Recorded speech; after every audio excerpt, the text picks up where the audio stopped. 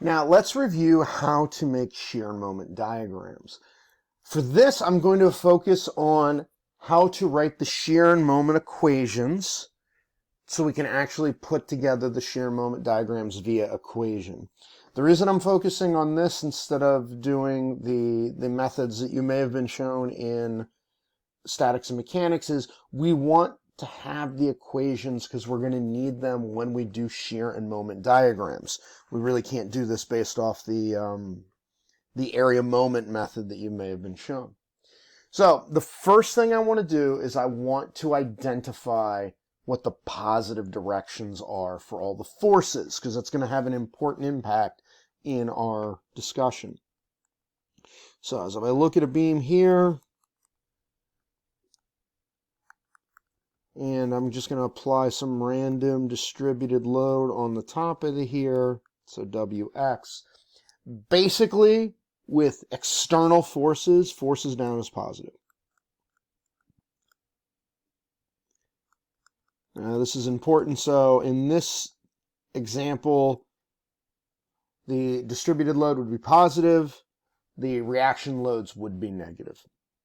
Now, what we're going to do as we look, we're going to be cutting into this beam and looking internally in the beam because we want to know the internal moments. So if I cut this beam here, if I cut this beam here, if I cut this beam here, I'm looking at it two different ways. So that's the grounded end on that side, that's the grounded end on that side.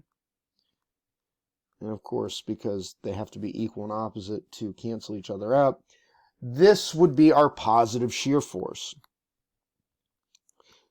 Depending on what direction you're coming from, they're going to flip in direction. So it's basically, the way this is defined is the shear force causes a clockwise rotation about the end point. And so the last thing we'll have is we'll have our moment. So we're going to do the same thing. Cut it from the two different sides. Moment. No, not W. Moment. And so this is for our moments that are positive. And so basically you compress the top would be a positive moment.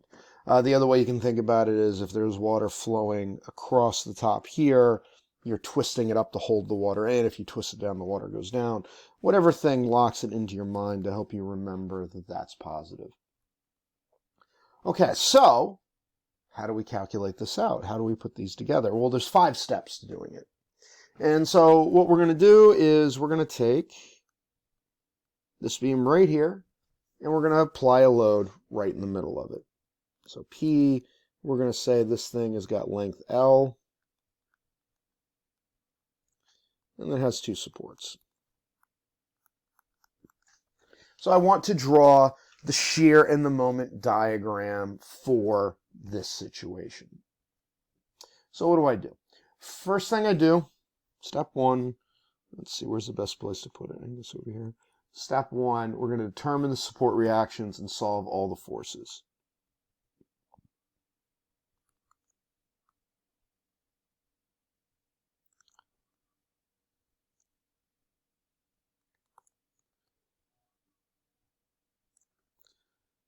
And this should be the easy one. Okay, it's like, well, how do we determine that? We do a free body diagram in statics. Free body diagram, statics. Okay, so we draw this. So I'm going to have a force here. I'm going to have a force here. I'm going to have a force here. This is P. This is located in the middle. So sum of forces in the y direction, P over 2. Okay, there we go. We have all of our support reactions. Step 2. We're going to specify the x-coordinate. I can't spell today.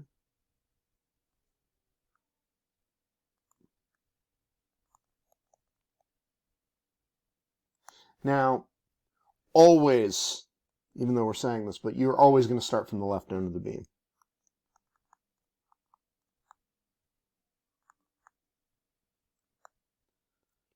It's just to keep everything consistent and easy. And then, oh, that should be an M. There we go. Don't want to be the left hand of the beam. And then we want to ID, I want to identify all places where forces and moments start and stop.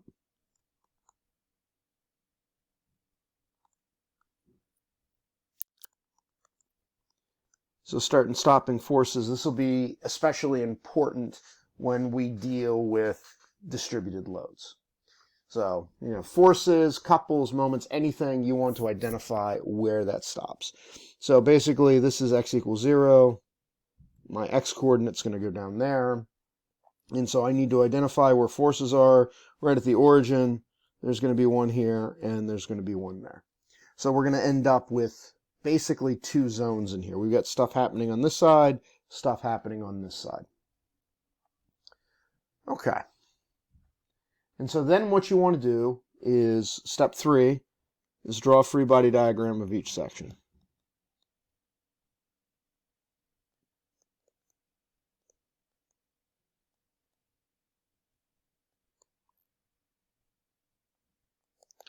Okay, so there's one section there, because this is section 1, and this is section 2.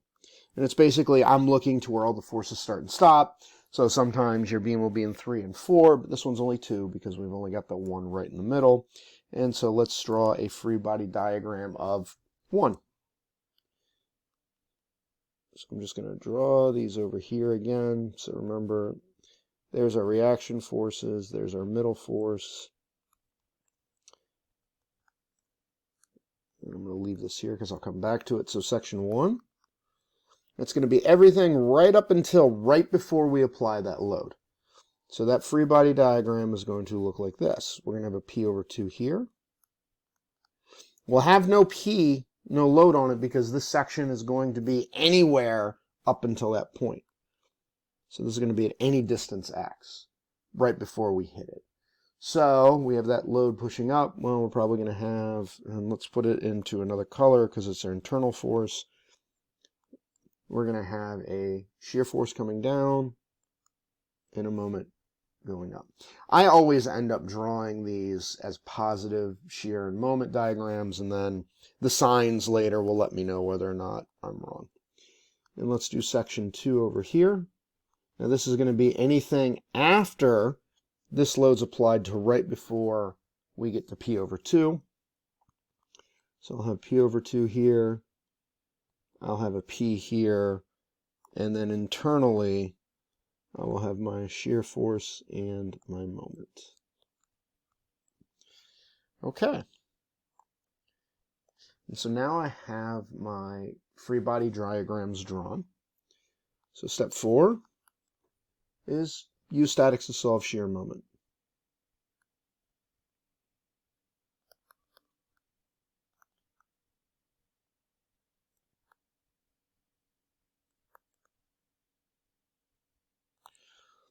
Okay, so we'll start with this one. Sum of the forces in the y direction equals 0. And we're going to say down is positive, because that is our convention. So what do we have here? Y forces. Negative P over 2 plus V is equal to 0. And so that tells me my shear force is P over 2. And then I'll do the same thing over here. Direction positive is down. Sum of force in the y direction equals 0. Negative P over 2 plus P plus V. That'll all equal 0. And so now if I go and solve it, what is that going to tell me? Well, that tells me that V is going to be negative P over 2. Easy stuff, no problems. Now let's look at the moment. Some of the moments have to be 0. Yep. Now, where I'm going to do this, I'm going to take the moments about this point here. And the reason that I take the moments about the end point there is so I don't have to worry about the shear moment. And then we'll do our normal counterclockwise is positive. So I have a moment there. And now I have the influence of this guy, which if I look at it, it's going clockwise. So it's going to be minus P over 2 times the lever arm. What's the lever arm? The lever arm is x, because x is any distance between here and here And so it's going to change as we go along. So that would just be x. And I solve this, and my moment is p over 2 times x. So my moment is changing from x equals 0 to L over 2, but that's fine. That's what we expect. It's going to change through there. Now, let's look at the second one. The second one's a little bit more complex, but still pretty easy. Sum of the moments have to equal 0. Once again, we're doing them about this point to have the shear force drop out. And so now we have to add that stuff in. First part's still the same. Moment minus the influence of this, p over 2, which is going to be x. Now we're dealing with this second p, this full p. Now that's rotating it into a clockwise direction, counterclockwise direction, so that's positive. Now what we need is, I need to know what is that distance there. That's the distance from the end to where my p is located. So now this is kind of like a puzzle, because right here, from here to here, that's just my distance x. Well, how do I figure out, if this is my distance x to here, how far is my distance from here to p? Well, I can sit there and go, well, my entire length is L.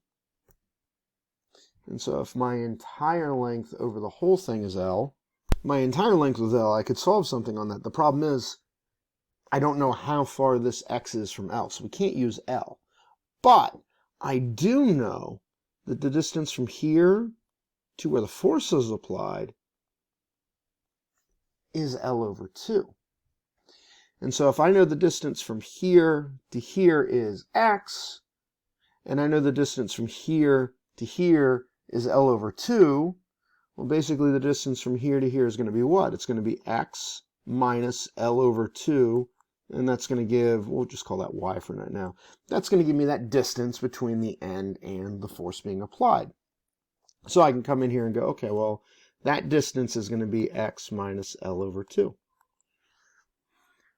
Now, once we've got all this together, once again, we just do the same thing. We go and we start moving things around and we solve. And so using algebra, we're going to find that that moment equation is going to be p over 2 L minus x. And so now what I have is I got an equation for shear, equation for moments, and these are all based as functions of x, which is the important thing. So we're going to draw it based on that. The next video will give you step 5, where we actually take this and draw our shear moment diagrams.